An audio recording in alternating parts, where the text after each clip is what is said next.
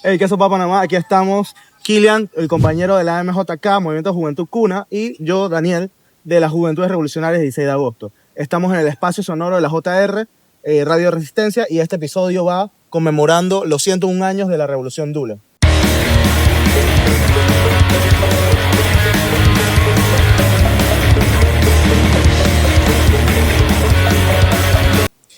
Ya que estamos aquí, compa, ¿me puedes contar más o menos cómo es la historia del pueblo Dule y por qué llevó a la revolución?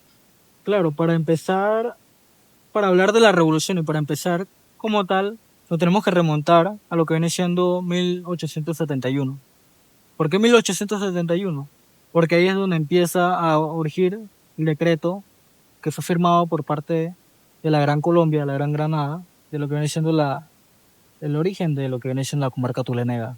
Una comarca que existió antes como tal de la República Panameña que conocemos actualmente, ¿no? Entonces, la revolución empieza ahí mismo porque después de la separación de Panamá de Colombia en 1903, de 1903 a 1907 empieza lo que vienen siendo los maltratos por parte del Estado panameño, por parte, bueno, más que nada los robos que habían hacia los terrenos, la explotación cauchera, la explotación hacia las tortugas, que, bueno, poco a poco eso empieza a afectar lo que viene siendo la convivencia en la comarca tulenega. Y obviamente eso empieza a urgir poco a poco al maltrato, ¿no? Entonces la revolución fue el levantamiento cuna que hubo por parte de la nación cuna Dule para parar esos maltratos, esas violaciones de derechos humanos que estaba urgiendo el Estado panameño por parte de sus dirigentes. Belisario Porras fue uno de los que peor atacó al pueblo cuna. Hasta que en 1925, el 21 de febrero, fue que ya como tal se empieza a levantar el pueblo cuna en contra. Pero claro, esos fueron 4 años de estrategias, de planificación, de escuchar las historias de Ibeler, de Ibeorgu, de Duiren, que son historias ancestrales que nos cantan los abuelos, que vienen siendo enlace a la lucha que siempre hemos llevado, ¿no? Igual a Libler en la lucha cuando llega la invasión por parte de Europa en 1492, que llegan los europeos a invadir a Villayala. Entonces también como una forma de surgir en la lucha. Eso fue la revolución, el levantamiento como tal en armas, ya de un pueblo cansado del maltrato, de un pueblo ya cabreadísimo de que básicamente le estén violando a las mujeres, de que le estén cortando sus molas, que estén robándole sus pescados, cosas que los hombres trabajaban, que las mujeres trabajaban. O sea, todo eso se lo llevaba los guardias, la policía colonial, que se creían los reyes y que no tenían una independencia como tal. No, por el pueblo cuna no lo tiene, lamentablemente. Cuando tú hablas de la Revolución Dule, estábamos conversando antes de que en un momento se llegó a proclamar República Dule. Se llegó a proclamar una república cuna, pues. Sí. ¿Qué me puedes contar de esa manera y de por qué había esta fuerte como occidentalización de sus costumbres? O sea, ¿cómo llegaron a resistir a que esa policía colonial no borrara sus costumbres? Bueno, primero respondiéndote lo que me comentabas, claro, fuimos 20 días una república soberana, una república como tal independiente, no tanto soberana, pero más independiente, ¿no? Claro. Fuimos una república, como tal, la República Tule. 20 días, desde el 12 de febrero hasta el 4 de marzo, ¿no? Que empieza, como que tuvimos esa pequeña como división, ¿no? Por parte de lo que era el Estado panameño y en ese tiempo la nación cuna, ¿no?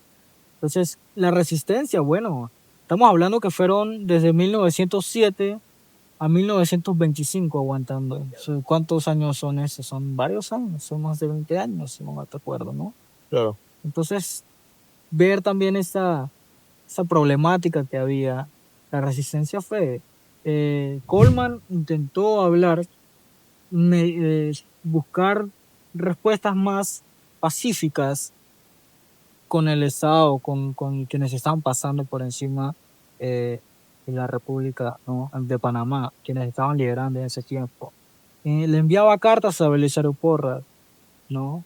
Le enviaba cartas para que poco a poco, no, o sea, que no se de verdad apoderara ese pensamiento antiindígena, ¿no? Antioriginaria, que no, que no lo sobrepasara, pero no hicieron caso, nunca los escucharon, no, nunca los escucharon y bueno, lamentablemente llegó a un punto en el que el pueblo cuna se levanta en armas, ¿no? Pero la resistencia fue grande, ¿no? Carlos Brown tenía otras ideas, diferencia de Inapaquiña y diferencia de Coleman, tenía otras ideas, tenía una acercamiento más al occidentalismo. Ok. Narganá, Aquanusado, que son hoy en día comunidades que, bueno, poco a poco se ha estado rescatando, pero que por varios años estuvieron muy, muy distantes de la cultura misma. O en muchos casos por el idioma, no hablaban allá no hablan el idioma, pero poco a poco se iba rescatando, ¿no? Las molas, las mujeres ya tú no las ves con molas, ya son ropa occidentales en las dos comunidades. En Aconusado hay uno Maquenega, una casa de congreso, pero hasta el momento no es cantado, sino administrado como los occidentalismos, ¿no? El aspecto más administrativo, igual que Yandu Narganá, ¿no? No hay como tal no hay una casa del Congreso, no hay una casa del canto. Entonces, la resistencia fue bastante por parte de esos tres sectores que habían, ¿no? Inapaquiña en el sector 3 estaba resistiendo ante lo que viene siendo la explotación del caucho, con toda la gente que estaba en el sector 3. Después Coleman en el sector 2. Bueno, Carlos Brown, que tenía sus ideales más occidentales, pero que también de alguna u otra forma ayudaba a la resistencia, ¿no? Ahorita mismo vemos que existe la comarca, que existe esa, palabras de la política, de las leyes, esa integración de las comarcas en el Estado panameño. ¿Qué tú me puedes decir de esa falsa integración o cómo hay esta convivencia o qué podemos decir? Claro, no, sí es verdad lo que tú comentas, ¿no? Hay una integración que llega a ser hasta falsa. Llegó un momento en el que básicamente la misma comarca, la comarca Cunayala, para mencionarte el ejemplo, no tenía tan siquiera autonomía en el aspecto de gobernarse, ¿no? En el aspecto de liberarse. O sea, nosotros pedimos intendencia. Coleman pidió la intendencia de San Blas en ese tiempo, ¿no? Pero ¿qué les trajeron? El Estado lo que le trajo es, vale, está bien, pero ustedes van a pertenecer a Colón. Eso en los primeros años del intento de levantamiento, ¿no? Entonces fue hasta hace poco que se le integra realmente, ¿no? Pero es cierto, en muchos casos es falso. Las comarcas muchas veces están vistas y son víctimas de esa violencia sistemática que existe, ¿no? Si vemos la comarca Nove, la comarca Buglé, la comarca Nove Buglé, está siendo afectado. Un ejemplo del tema educativo, ahora que estamos hablando sobre el tema de la reforma educativa. Pero pensemos realmente, pongámonos a analizar el tema de cuántas escuelas están bien estructuradas, bien acomodadas para los estudiantes. Ahora que viene el regreso a clase en una semana, en un par de 9 días, 8 días. ¿Está bien acomodado? ¿Realmente esas escuelas están preparadas para recibir a los niños indígenas? No, ¿cuántas escuelas en Comarca Cunayala no hay que están muy, muy mal estructuradas? Claro. Que no tienen ni techo, que no tienen ni las paredes sólidas. Tienen que estudiar en escuelas ranchos. Ahí viene tu pregunta, la falsa integración. ¿Por qué no se nos toma en cuenta las comarcas realmente como acá en la capital, con muchas escuelas, que no se salva, pero hay unas cuantas escuelas, un porcentaje muy bajo, que al menos están bien acomodadas, están bien estructuradas, están bien para recibir a los estudiantes? Pero en las comarcas no, salen básicamente hasta invisibilizadas. ¿Cuántos niños no han muerto por parte de esos ríos que vuelvan a ser caudalosos y se lo llevan, ¿no? Entonces ahí Tú me estás hablando que ustedes tienen una tradición hablada, más oral. que grandes textos, sino que es muy oral la cuestión. Eso me hace pensar de que parte de su identidad es esencialmente cómo hablan, su lenguaje. Entonces, además del tema de las estructuras físicas, también las estructuras ideológicas detrás de la educación. ¿Por qué no se les permite dar las clases en su forma de hablar? Exactamente, no, exactamente. Claro, nuestra cultura es una cultura oral, como la mayoría de las culturas indígenas. Tenemos esa tradición, ¿no? Entonces, esa misma forma de educar, que es la primera educación que tenemos, nuestra educación madre, no se le toma en cuenta en lo que viene siendo el mismo sistema educativo. Claro. El sistema educativo dice, yo te voy a creer si tú me traes textos. Yo te voy a creer si tú me traes esto. Ignorando todos los antecedentes, todos los siglos de estudios, de conocimientos que tuvieron los indígenas, ¿no? ¿Cuándo se ha tomado en cuenta realmente la medicina indígena? Muy pocas veces. La mayoría de quienes lo toman en cuenta son gente que son nietos de indígenas, otros pueblos que lamentablemente han dejado de existir, o los mismos indígenas puramente, los que toman en cuenta esa medicina. Para hablarte de la medicina, la educación, ¿cuántas la han tomado? ¿En cuántas escuelas, te pregunto a ti, Daniel, en cuántas escuelas que tú has estado te han enseñado de forma cantada? Ninguna. En ninguna. Esa es otra forma de educar. Esa es otra forma de poder demostrar la docencia, ¿no? Pero no se toma en cuenta. Entonces también esa invisibilización por parte del sistema educativo actual panameño, y así mismo occidental, es una forma que vemos esto que poco a poco se ha ido afectando. Los niños cunas, los jóvenes cunas hoy en día ya no piensan ir a sus comunidades, porque tienen un pensamiento, no, es que mis comunidades son pobres, mis comunidades son tales, que muchas de esas mentiras son impuestas por parte del occidentalismo, porque no podemos vivir a la selva porque somos pobres. Pero ¿quién te ha dicho que, no, que yo soy pobre si yo tengo un vasto terreno de plátanos que yo sé que en 2 años, en un año, no me va a faltar nunca comida? Yo tengo un vasto, amplio patio del mar. Mi patio es el mar. Cantan los abuelos. Que hay pocotón de peces, que hay muchos otros tipos de comidas, el marisco, ¿no? ¿Cómo tú me vas a decir a mí que yo soy pobre si yo estoy comiendo bien? Claro. Si la comida que yo ingiero no está lleno de químicos, Claro. no está lleno de esos químicos que tiran para que siembren, ¿no? O sea, nuestra forma de ver el mundo es mucho más acercado a la realidad, ¿no? El occidentalismo llega a ser hasta mucha meritocracia de que tienes que luchar por... Claro. Una falsa meritocracia. Claro, entonces, man, a la final, si te das cuenta, si vemos esa diferencia de educación, si viéramos, si existiera una, muchísimos profesionales hoy en día serían muchísimo más conscientes, más empáticos.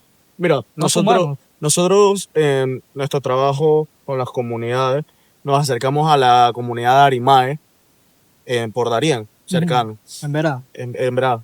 Y esta comunidad en Vera nos explicaba como las distintas partes, el área productiva, el área de diversión, el área de conservación de la naturaleza y el área como para las viviendas.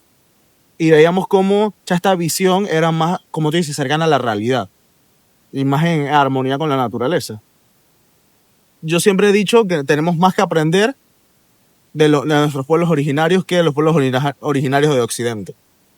Pero, ¿cómo tú ves esto de que cada vez hay más cunas profesionalizándose, siendo profesionales en áreas del saber, y Occidente de alguna forma los quiere cooptar en lugar de dárselos de nuevo a sus comunidades para que puedan ayudarlas? Sí, es que a la final la base de ellos, y sobre todo el fin de ellos, del occidentalismo, es básicamente, como hablando de eso, del tema de la revolución, es el tema de la civilización, entre grandes comillas. Claro. ¿No? Entonces, lo que tú comentas, agarran a profesionales de las comunidades o básicamente los adoctrinan a una falsa filosofía, a un falso conocimiento real de ellos, comunitario, colectivo, y los empieza a hacer básicamente como suyos, o sea, empieza a Esclavizarlos. esclavizarlos Mentalmente. Y a la final eso también afecta a la persona, Claro. ¿no? Entonces, es cierto, hay mucho que aprender de las culturas indígenas. Hasta hace poco, mira, los pueblos indígenas siempre han cantado de que los árboles tienen vida, de que los árboles lloran, que tienen también su propio espíritu. Hasta hace poco es que la ciencia occidental descubre esto que es real. Pero nosotros ya lo hemos estado cantando desde hace siglos. Algo que nosotros conocemos. A la hora, un ejemplo, a la hora de cortar un árbol, de cortar una planta medicinal o una planta como tal, nosotros pedimos permiso a la madre, a nuestra madre. Le pedimos permiso y despertamos a la planta y ahí cortamos. No es como que vamos, cortamos, de ahí saltamos, cortamos, de ahí saltamos, cortamos. Ujú. No, esa es la idea de la productividad, de la, de la inmersión El máximo beneficio, la Exacto. mayor ganancia. y ven la explotación. Entonces siempre se escucha, ¿no? Me da risa porque siempre se escucha a estos empresarios, ¿no? Que dicen, no, pero es que las comarcas no aportan nada. Porque no las explotan, dicen ellos. Porque no las explotan, porque tienen mucho terreno, pero no hacen nada. Porque no están cortando árboles cada 5 minutos. Mano, ¿cómo tú vas a pensar eso? Si tú cortas los árboles, entonces, si tú que tanto hablas de productividad, entonces no vas a tener. Porque vas a querer construir más y te vas a quedar sin árboles. Claro. El ejemplo para ellos, para los empresarios que dicen eso. O sea, ni siquiera tiene sentido de tan siquiera pensarlo superficialmente, ni siquiera tiene un sentido. Ni su propia lógica. No tiene lógica. Si nos ponemos profundos, claro, te puedo resolver de otra forma, pero por falta de tiempo, ¿no? Te puedo decir eso, ¿no? O sea, no podemos pensar eso. El occidentalismo no puede seguir ingiriendo el conocimiento de los indígenas y de ahí decir, no, es que nosotros ya sabíamos. No, es que esto es un conocimiento que ya los científicos han hecho.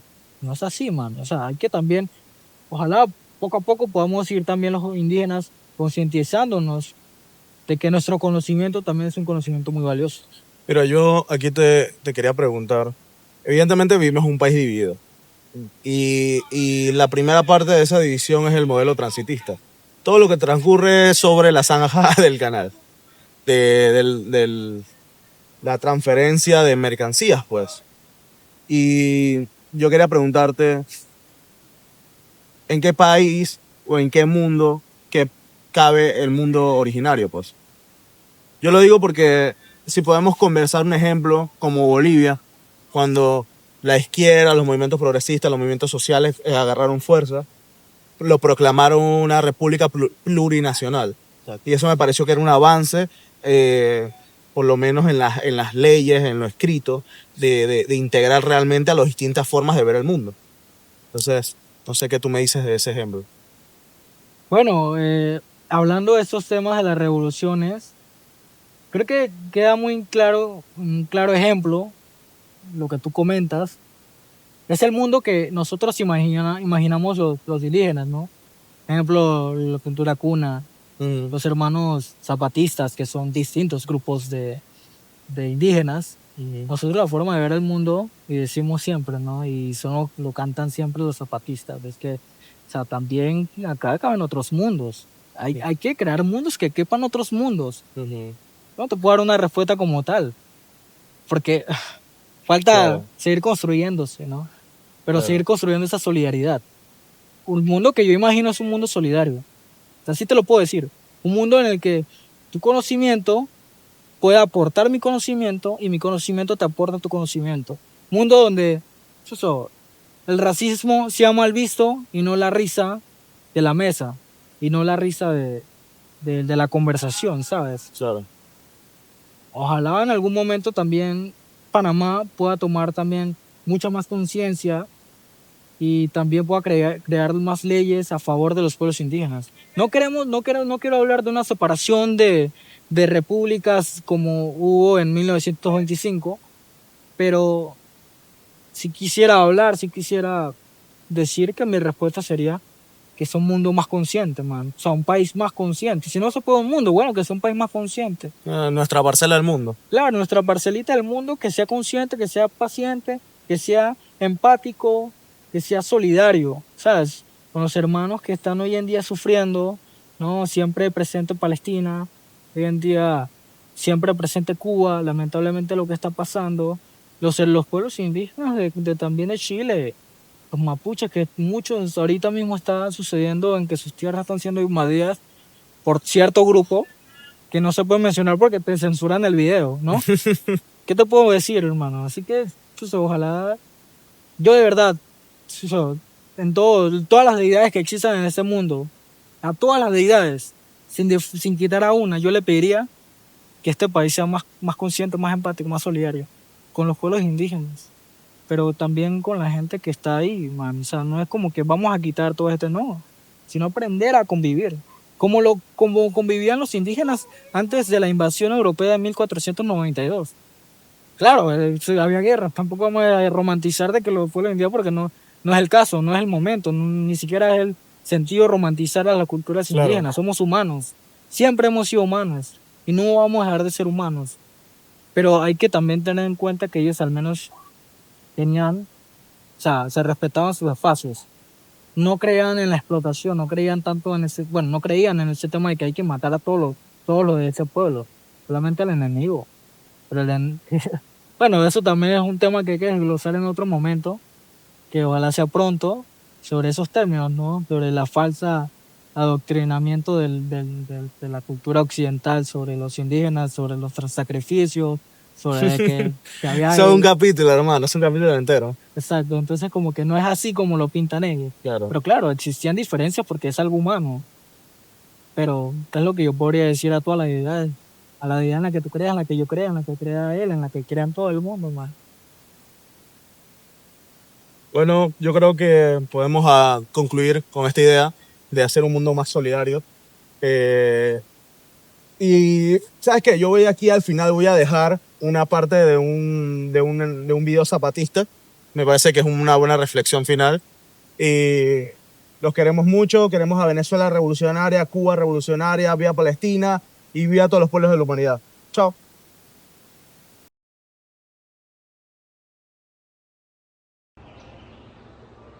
Bueno, te voy a dar dos cosas. Te voy a dar una foto mía, sin pasamontaña, y luego me lo voy a quitar. ¿Sale?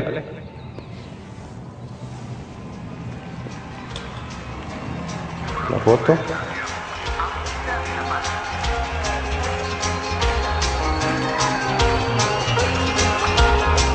El general en jefe del Ejército Libertador del Sur, Emiliano Zapata, manifiesto zapatista en náhuatl. Al pueblo de México, a los pueblos y gobiernos del mundo. Hermanos, nosotros nacimos de la noche, en ella vivimos, moriremos en ella. Pero la luz será mañana para los más, para todos aquellos que hoy lloran la noche, para quienes se niega el día, para todos la luz, para todos todo. Nuestra lucha es por hacernos escuchar y el mal gobierno grita soberbia y tapa con cañones sus oídos.